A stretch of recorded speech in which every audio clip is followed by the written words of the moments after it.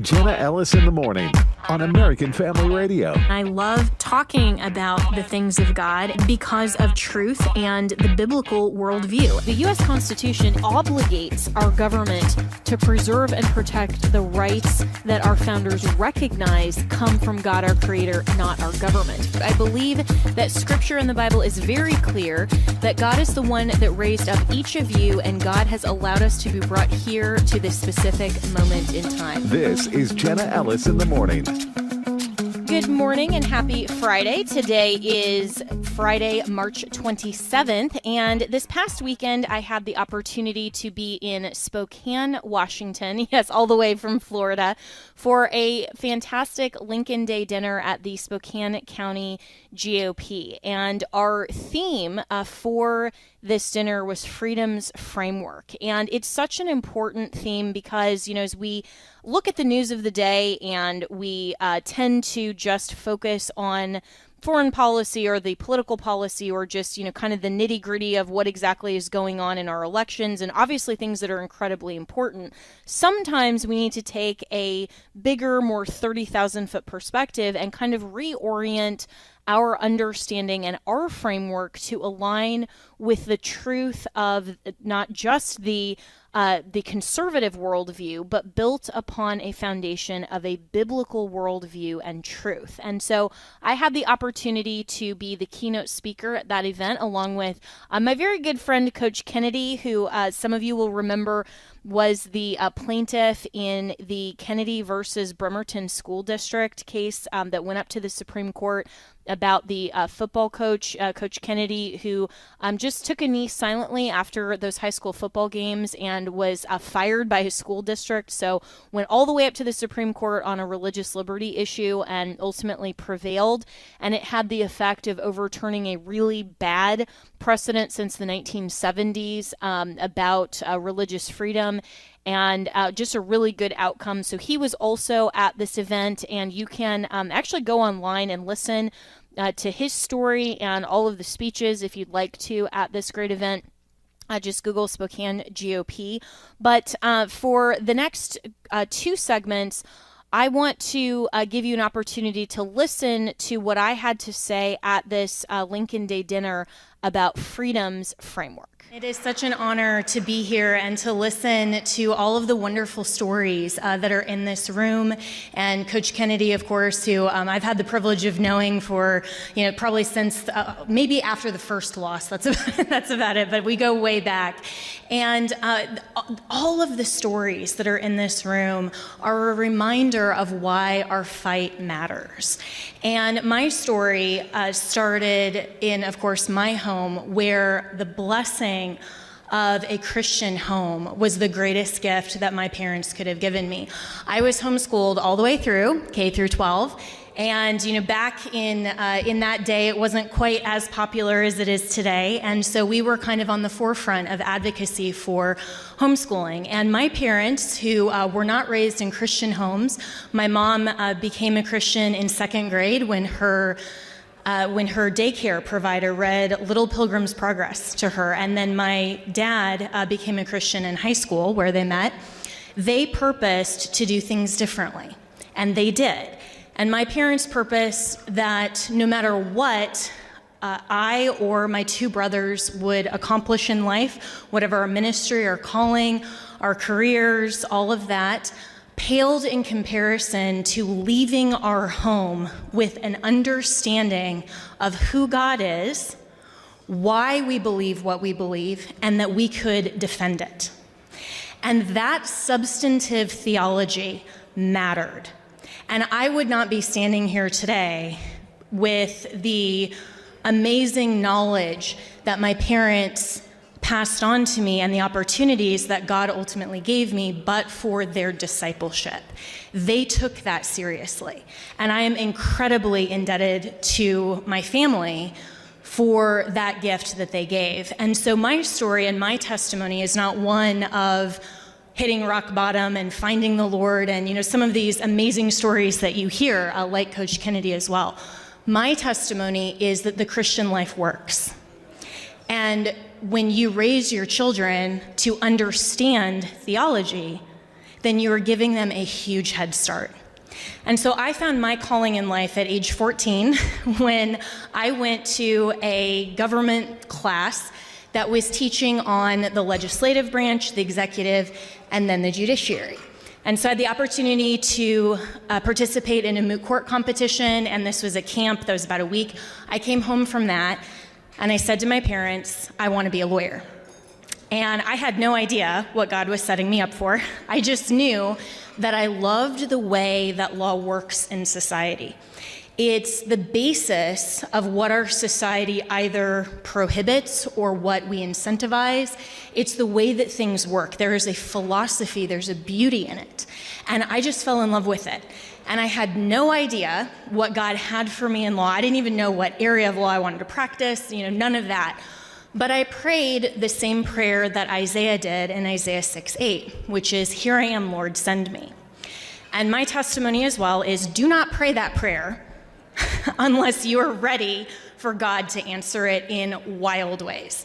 I was not prepared for God to answer in the way that he did, because I went on to law school, and with the basis of theology and the study of the knowledge of God and who he is, and the way that his morality is objective, his truth is the basis of the reality to which we're all presented. All of that I carried to law school. And law school teaches you that whatever the legislature or the king or whatever government you're presented with, whatever they say, that is the boundary of morality. That's the measurable difference between right and wrong, is whatever a given government sets. Well, the homeschool girl in me said, that doesn't work. And I asked my professor, who is a Christian, I said, well, okay, that's not what our founding was built upon. We are a Christian nation. Our Declaration has a beautiful worldview statement that says we hold truth to be self-evident. That means truth is objective. So how can I go into a courtroom today and argue that? His response to me was, well, you can't. Because we have a certain set of case law precedent. So we have our Constitution, but then we have all of these miles and miles and miles of cases that actually is operative as basically our second Constitution. That did not sit well with me. And so as I went on to legal practice as a prosecutor, then a defense attorney, and I set out to argue and defend basically an apologetic of the law. And that's what I knew God had called me to. So in 2014, I was invited actually to a conference here in Spokane, so this is kind of coming home for me, and it was the first opportunity I had at an apologetics conference to talk about the law from a Christian perspective. And I built my case, and I gave this presentation, having no idea how it would go over, and everyone afterward said, do you have a book? We want more of this. How can you do this? How can we learn more? And I had been praying, Lord, I don't know how I would ever be able to do this as a full-time ministry. I don't know what opportunities you have, but I know that this is my calling. Even more than the practice of law, I want to teach your truth in the law. And so I set out to write a book, which I published in 2015, having no idea how to write books. And so my title was way too academic, but it was called The Legal Basis for a Moral Constitution. And it was meant to be a guide for Christians to understand our Constitution in context. You see, because we've been sold this lie that in order to have freedom, and the freedom to do what we're doing right now, which is speaking together about truth, and those are our first freedoms that are enshrined in our very First Amendment, right? The right to speak together, association, and our right to religious freedom. That in order to exercise those rights, we have to approach this from a completely secular, pluralistic society. And what does pluralism actually mean? Pluralism means that we approach a debate validating anyone's viewpoint. It's a secular humanist theory. It's suggesting that there is no central moral truth to law. That idea is false. And so I wanted to argue against that idea, which I did in that book, and we'll circle back to that idea. And so I took advantage of every opportunity I could to promote the book. I called my local radio stations. I said, would you have me on? And everyone did. And to my surprise, they invited me to come back and to talk about cultural events and explain legal concepts. And suddenly, I found myself as a contributor to the Washington Examiner. And then with that, with writing about law, I was invited onto national cable news networks like Fox News. And this was around 2016. And President Trump got elected in 2016. So here I am on the news and defending the truth of the Constitution in the context of the Trump administration. I had no idea, still praying, Lord, how can I make this a full-time ministry? And one day, my phone rings, and I was actually in Portland visiting my cousins, and it was a Sunday afternoon, and I remember this because it was a 202 number, and I knew that to be DC, and I thought, it's a robocall, whatever, it's Sunday afternoon. I let it go to voicemail. Thankfully, I listened to the voicemail because it said, hi, Miss Ellis, this is the White House operator. The president's reaching out to you. Would you please call us back at your earliest convenience? And if you've ever seen that movie, The American President, that was kind of a deja vu moment where I was like, this has got to be, some kind of, this was not meant for me. But I called back and I said, hi, I got this voicemail. Yeah, we'll put you right through. So I'm sitting here literally in my pajamas on the couch at my uncle's house. And President Trump is on the other end of the phone. Jenna, how's it going? I see you on TV. You have this big, beautiful title, Constitutional Law Attorney. I love it. It's huge. In his Trumpian way. I'm like, well, thank you. No idea he had been watching. And he said, I'm probably getting impeached. That's going to happen. And I want to know what you think about it. I want to know what you think about my lawyers. I want to know, what you think about a lot of different things, right? And I thought, well, this is the only time I'll ever get to talk to the President of the United States. So I'm going to tell him what I really think. And that turned out to be exactly what Donald Trump likes to hear. So at the end of about an hour-long conversation, he says, well, when are you in DC? Come see me, come visit. And of course, I said, I will be there anytime that you invite me. So when would you like me there? That was Sunday. Wednesday, I walked into the Oval Office with my book that I had written, and I have a picture today with me and President Trump with that book on his desk. Those are the kinds of opportunities that open when you pray, here I am, Lord, send me. I could not have opened that door at all myself. And when I walked into the Oval Office, he stands up and he greets me, and being, the nerd that I am, I was like, there's the Resolute desk, that's awesome. And that was more overwhelming to me even than seeing the president. And he comes over and he shakes my hand and he says, Jenna, you're a great lawyer, you work for me now. And I said, okay. So I moved to DC, and for the rest of his term, I represented him as one of his personal counsel through the Russia collusion hoax, the first impeachment, the second impeachment, COVID, and ultimately the 2020 election. And that was a completely wild experience. It was a great experience, and ultimately, obviously, ended in a way that none of us preferred. But then after that, I prayed to the Lord, okay, what's next? Because my conclusion of representation of him ended with his first term. And so, I was invited to be a contributor on news networks and all of those things, but that wasn't my calling and my passion. My calling and my passion is to teach the truth of God as applied to law. So when the American Family Association called me and they said, our drive time morning show that's nationally syndicated, our host is retiring, and we're looking for someone to replace her, and we'd love for that to be you. That's what I get to do now every single day, is to wake up Monday through Friday, and for an hour on a national airwaves that reaches about 3 million people, I get to talk about the things of God and truth. And if I had ever thought in my 2016 mind that writing that book would lead to the opportunities that I've had, I wouldn't have believed it. And so what I get to do every day is speak about the things of truth. And that brings us to this concept of freedom.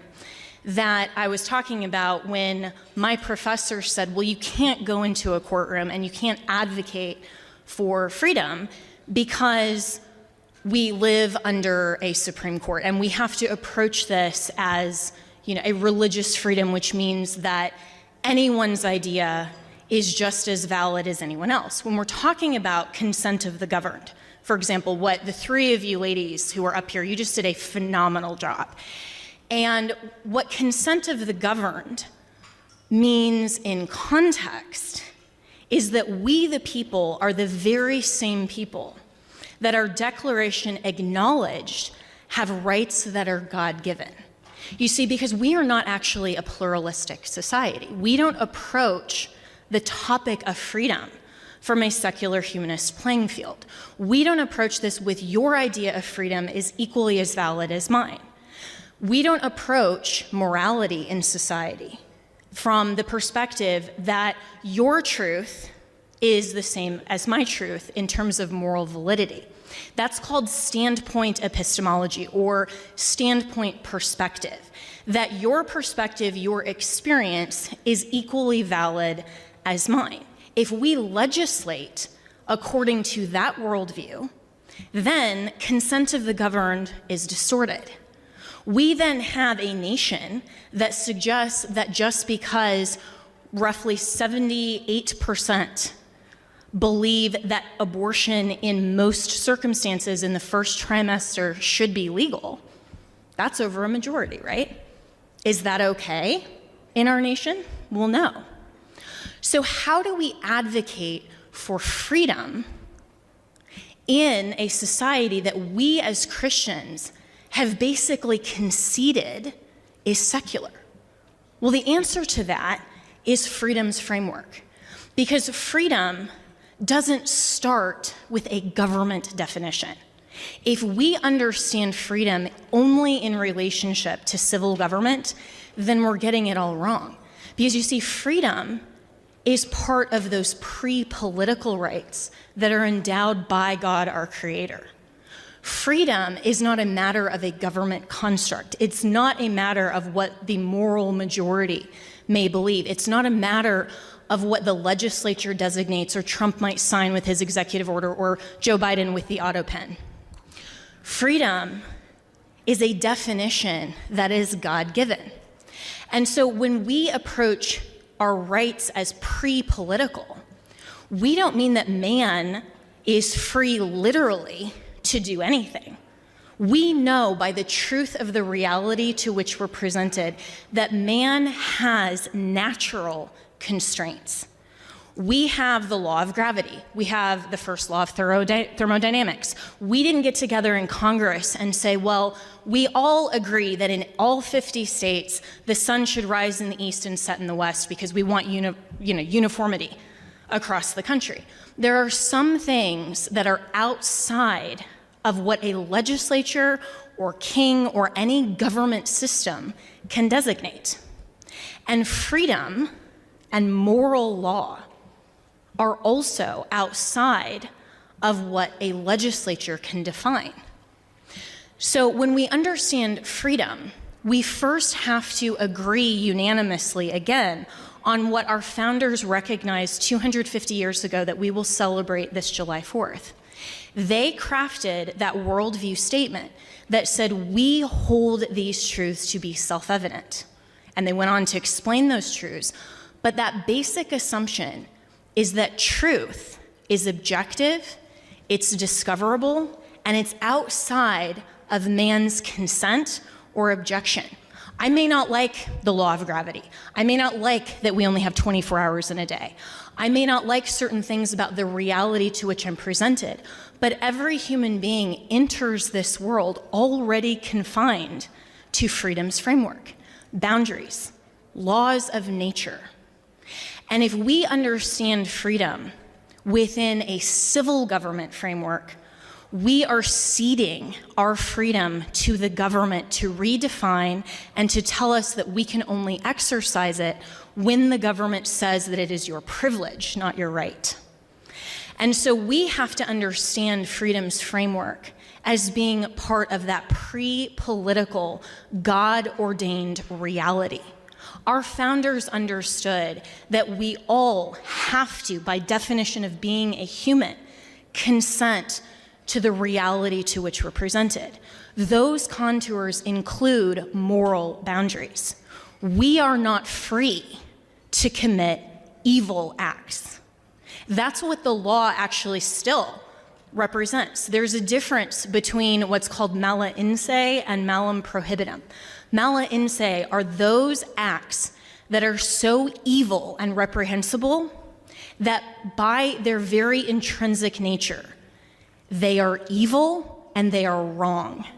That is outside of what any legislature or executive order or any judicial order can set.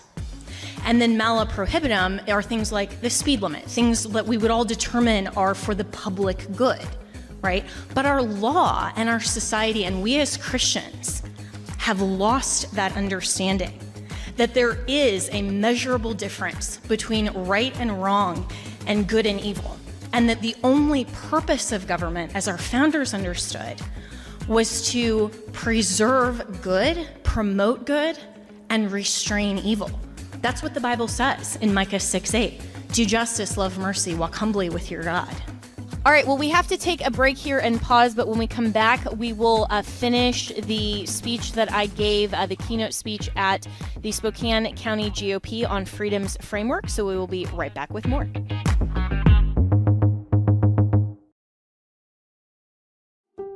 I vote for family. I vote for legal immigration. I vote for religious freedom. I vote for law and order. I vote for our children's future. I vote for peace through strength. I vote for life. I vote using iVoterGuide.com.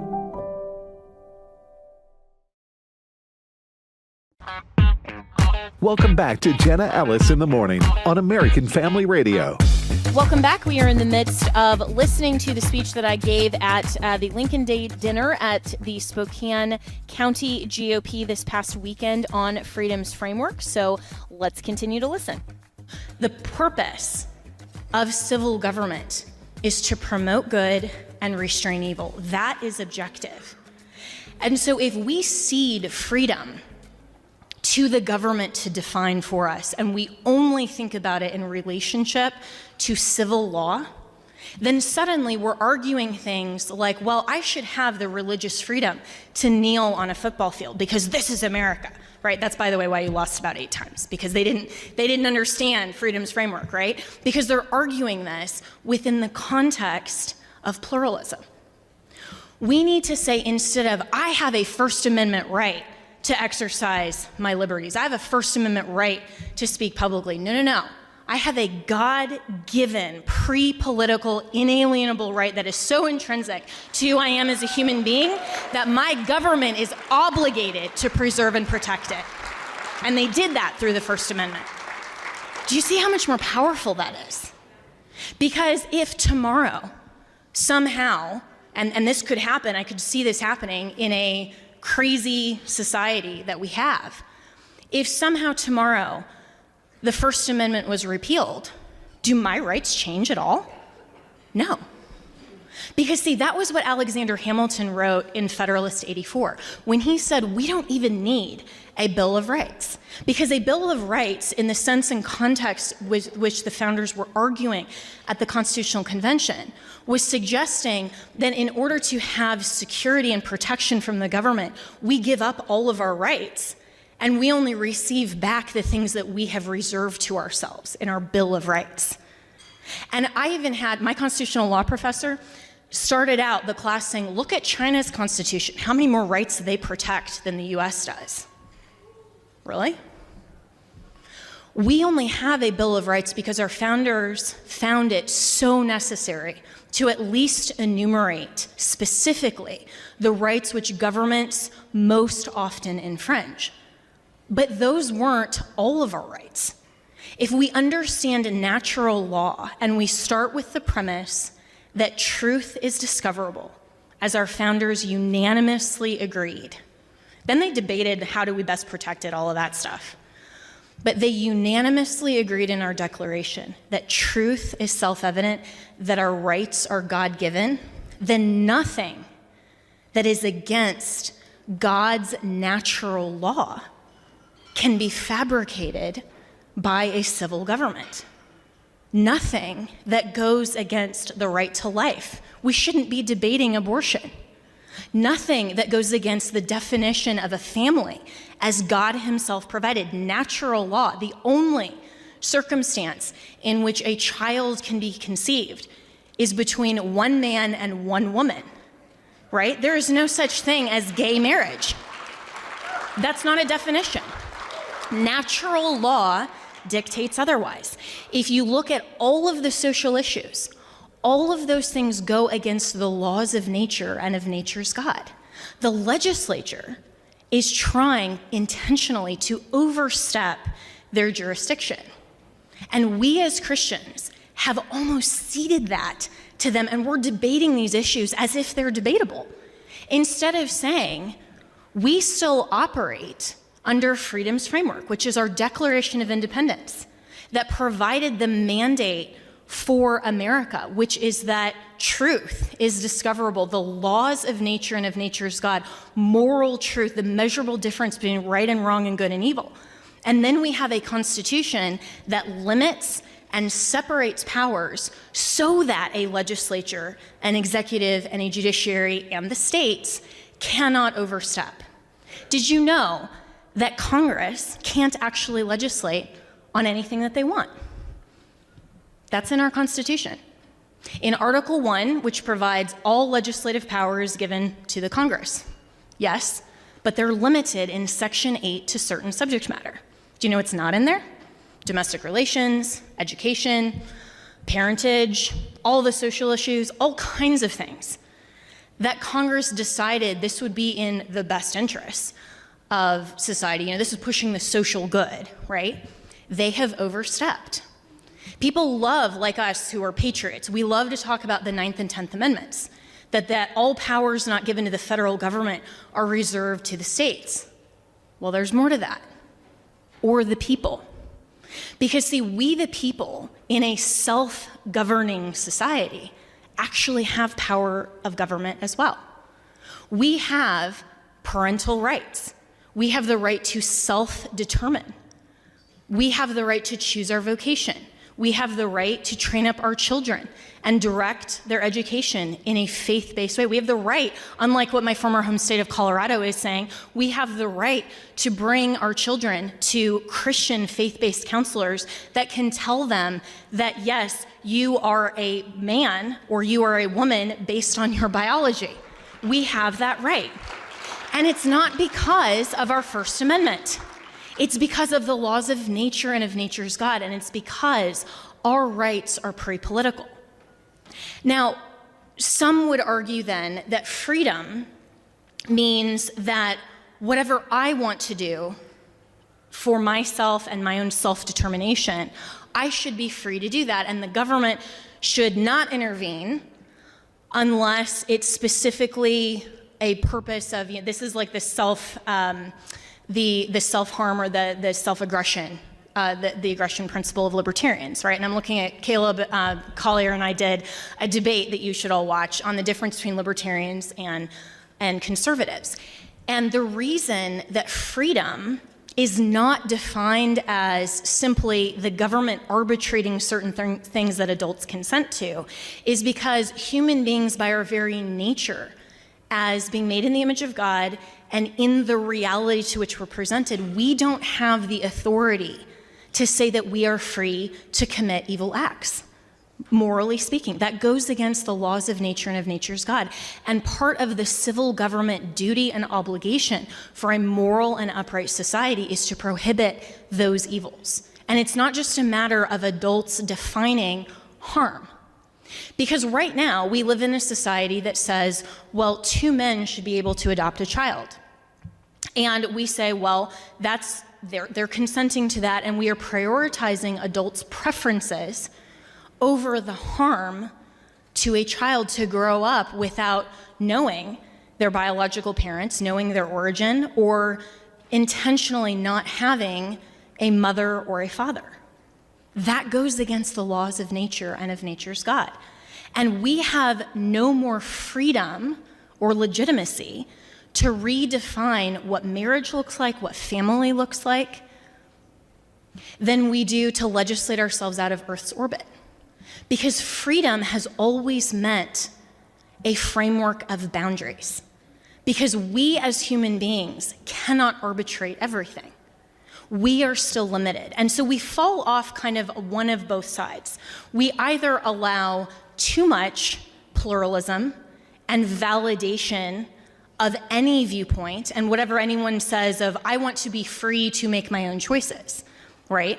Or we fall off the other way and say, well, civil government should not have nearly as much jurisdiction. The church should be in charge of that. Well, the problem with that is that we can't legitimately, forcibly compel individuals to be under the jurisdiction of a church. Now, in a moral and upright society, we should all be members of a family, and we should all be members of a church. We are, like it or not, members under our civil government. But church and family has ceded far too much jurisdiction to the state. And so the state is now arbitrating what it was never intended to do. So if we truly live self-governing and free, freedom is not the ability to do what we want, but the freedom to do what we ought. And that is Os Guinness's definition. And when we look at what the founders understood when, as one speaker said, when Benjamin Franklin said, this is a republic if you can keep it, he didn't mean if you have a moral majority, if you only have consent of the governed. He meant if you understand that our rights are given by God and our relationship to God is the definition of everything that we are. Because I and you are human beings made in the image of God, having inherent dignity and worth, and all of our rights intrinsically because of who we are as human beings. Our declaration expressly says that, and expressly provides protection for every human being made in God's image. And it doesn't matter when personhood attaches or the circumstances of conception or, any of these nonsensical, trivial, negotiable definitions that the left would like to suggest.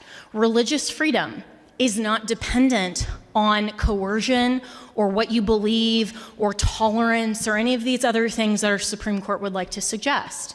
We all live in the same reality. And our reality necessarily requires that the laws of nature and of nature's God triumph. And so the challenge here tonight is to understand freedom, not in relationship to civil government, but in relationship to God himself. Because we are free, truly free. And Jesus himself said that if you know the truth, you are free. The truth will set you free, right? We are free when we understand how to live in accordance with the will of God and under his truth, the reality to which we're presented. C.S. Lewis put it so perfectly in Mere Christianity, talking about how we are confined to God's reality for his own sovereign purposes. Our founders, all of them, I don't care if they were the perfect Christians, if they were deists, whatever, they all unanimously agreed truth is self-evident, and the laws of nature and of nature's God provide us the right, the obligation, and the duty to be able to alter or abolish our civil government if it transgresses against the laws of nature or if it infringes upon our unalienable rights. That's Jefferson's fingerprints on the Declaration are so amazing, because when he termed our rights as unalienable, he loved property law. And if any of you have seen Downton Abbey and the fee tale and how the estate has to go through the family and there's all of these laws about property exchange, well, Jefferson rejected that. He was for the free alienability or the free transfer of property. And so when he termed our rights as unalienable or inalienable, it meant that you cannot have your rights abridged, infringed, or even at your own consent, bought or sold. We cannot alienate from ourselves the identity of the imago Dei in us. That is how powerful the laws of nature and of nature's God are. But we argue today in courtrooms and legislatures and Congress, on national TV, all of these places, we argue within a framework of we the people and our consent. It's not about our consent, it's about our acknowledgement of truth. Because even without our consent, God is still God and reality is still reality. I don't consent to reality. I simply observe it, I discover it, I can negotiate within that. I flew here in spite of the law of gravity, right? But it's because we negotiated within the boundaries that our God has set. We know, even every Democrat knows, even frickin' Jasmine Crockett knows, that she can't legislate us out of this Earth's orbit, right? She can't repeal certain laws. She can't enact certain laws. But what they are lying to you about, and even some Republicans lie to you about, is that we can negotiate moral law, that we can manufacture definitions of family, faith, and freedom, that we can manufacture the measurable difference between right and wrong and good and evil. We have all of the tools to take back our country and to build a legitimate, moral, and upright society because our declaration is still operable. But what the rise of a terrible Supreme Court precedent has tried to teach every even Christian lawyer for the last over 100 years is that we have to operate within a society that by our consent agrees together on what truth is. And so they've tried to divorce the Declaration of Independence from the US Constitution. And they've tried to say, well, that's a great historical document, fun, we celebrate that with fireworks on the 4th of July. But what they fail to understand is that we wouldn't have a US Constitution without a Declaration of Independence. We would not have a Bill of Rights and an understanding and a textual expression of certain rights without our founders unanimously agreeing that truth is. So my challenge to you as patriots, because I know that you love this country as much as I do, you love your families, you love the Lord, and you want freedom to persist. Don't argue freedom in a secular humanist framework. Argue freedom from a natural law perspective, because freedom can only be defined within the contours and boundaries of what God himself has designated. And when we actually require our government to stay within that framework of separated and limited powers, we have all the freedom that we will ever need to exercise to direct and self-direct our lives according to the will of God. We can do all of the things that God requires for our lives, speaking together about truth. We can exercise religious freedom in the context that the Bible describes, that we are free to do what we ought. If we define freedom's framework as our divine lawgiver and what he says, do not define freedom within the context of the civil government. And if we would together and across this nation rise up and say, we are not arguing anymore on a secular humanist playing field. We are not going to say that certain rights are debatable. We are going to hold our civil government to the standard that our founders required. Well, then now we know why we should be proud to be Americans.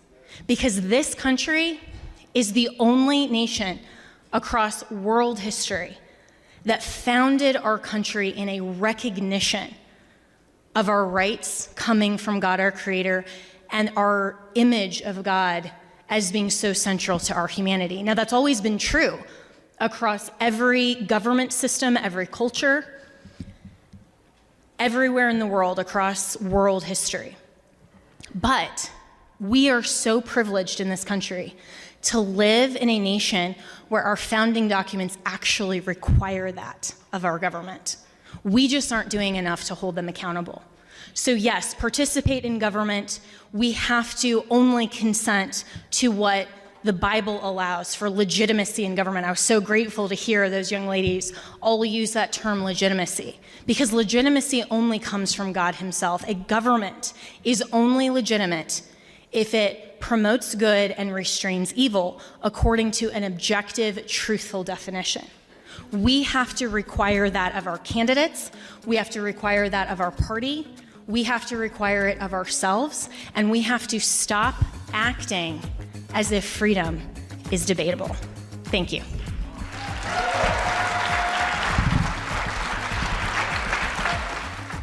All right, well, that was the keynote speech that I gave at the Spokane County GOP this past weekend on Freedom's Framework, and share that with your friends and family. And, it's so important to have a biblical mindset and an overview of what freedom actually means, and making sure that that definition is not derived just from the civil government, but that we understand freedom in the context of natural law, divine order, and ultimately ordered liberty. So we will be right back with more here on Jenna Ellis in the Morning.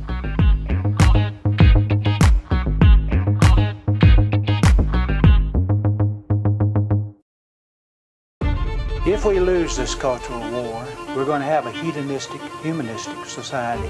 Discover the story of the culture warrior Don Wildmon and how he went head-to-head with Hollywood, Playboy, the homosexual agenda, and the Disney empire. The movement Don started continues today as AFA fights the attack against truth and righteousness. Watch Culture Warrior and join the fight. Visit culturewarrior.movie. Welcome back to Jenna Ellis in the Morning on American Family Radio. Welcome back. Well, if you are a fan of the AFA website, and I think that you should be because I am, if you go to the AFA Foundation website at afafoundation.net, you may notice that it looks a little bit different these days and has kind of gotten a glow up. So Chelsea Wildmon, who is the Associate Director at the AFA Foundation, joins me. And Chelsea, it looks really new, so tell us about it. Yes, Jenna. So we have rebranded with some new coloring. We have formulated our website to be a little bit more user-friendly and easy to find for all the information for our AFA family that are looking to put a charitable gift annuity in place. So we hope that this rebrand and refresh of our website is helpful for those who visit. Yeah, and I've obviously been on the website quite a bit, and especially when you come on to tell us about the AFA Foundation. And the biggest change that I noticed personally was, kind of these bigger blocks instead of just the taskbar up at the top, and you kind of, aren't totally sure what you're clicking on, and you kind of have to click through it and read some of these things. The kind of four major categories of the bequest, the charitable gift annuity, the IRA charitable rollover, and the donor advised fund. Those have kind of some bigger blocks to them, and showing what those actually contained. That's just right there on the splash page. So speaking of some of those, the charitable gift annuity is one that you particularly emphasize. Yes, absolutely. So our charitable gift annuity gives our AFA family and AFR listeners a chance to sow seeds into the ministry with a gift. That's a one-time gift, anything $2,000 or above, and they gift that, and then in return, they receive a fixed income that they receive for the rest of their life. So as long as they're living, they'll receive that fixed percentage for the rest of their life. And then upon their passing, any remaining funds are then gifted to AFA to continue our ministry's work for the Lord. And you also get some great tax benefits, a partial tax deduction the year that you give the gift, which is always a great help when tax season rolls around, which we are currently in. And you get tax-free, a portion is tax-free income. So that's another great way to support the ministry and also support yourself in those retirement years.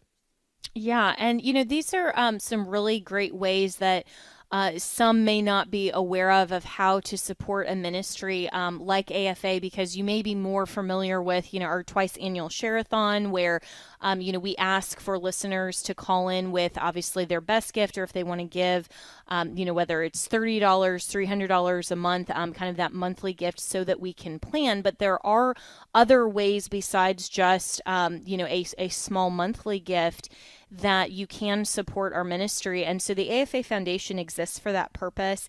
And I think it's really fascinating to see, how many different opportunities there are, because, I get emails from listeners all the time saying, we love this ministry. We want to support everything that AFA does. And, how can we do that? And the AFA Foundation is a really great solution for that. Absolutely. Anyone who's interested in sowing seeds into the ministry financially, that also will help them during their retirement years, we would love to speak with them. Our phone number is 1-800-326-4543, extension 345. That's great. And so, with this, if somebody's coming to this website, maybe for the first time, they want to see the glow up, and they go to afafoundation.net, where would you guide them to kind of start this process and, looking into to giving, and as it says right there, transforming culture for God's glory, building a lasting legacy through the American Family Association? Yes. So most folks might try to visit our website on their mobile phone. I know that's where I do a lot of my research. And during that, under the gift planning menu area, you can go and what to give and how to give. Those are some great tabs to look at. And then also we have learning about our bequest, as you mentioned, how to create a will. We've got donor stories and how to contact us. They can also get on our e-newsletter list so that they will receive a bi-weekly e-newsletter. We're not going to bombard our friends with e-newsletters, but we do like to send out a bi-weekly email that lets them know what we are doing, what we're up to, how they can be involved with our foundation. Mm-hmm. And, you mentioned some of these stories, and I love seeing the pictures of some of these donors and their stories. And one in particular that I really liked is Margaret's story. She says this: what does a charitable gift annuity mean to me? Well, it means two things. One, it provides a steady stream of income. And two, upon my death, the principal goes directly to the ministry, not to a greedy, wasteful government.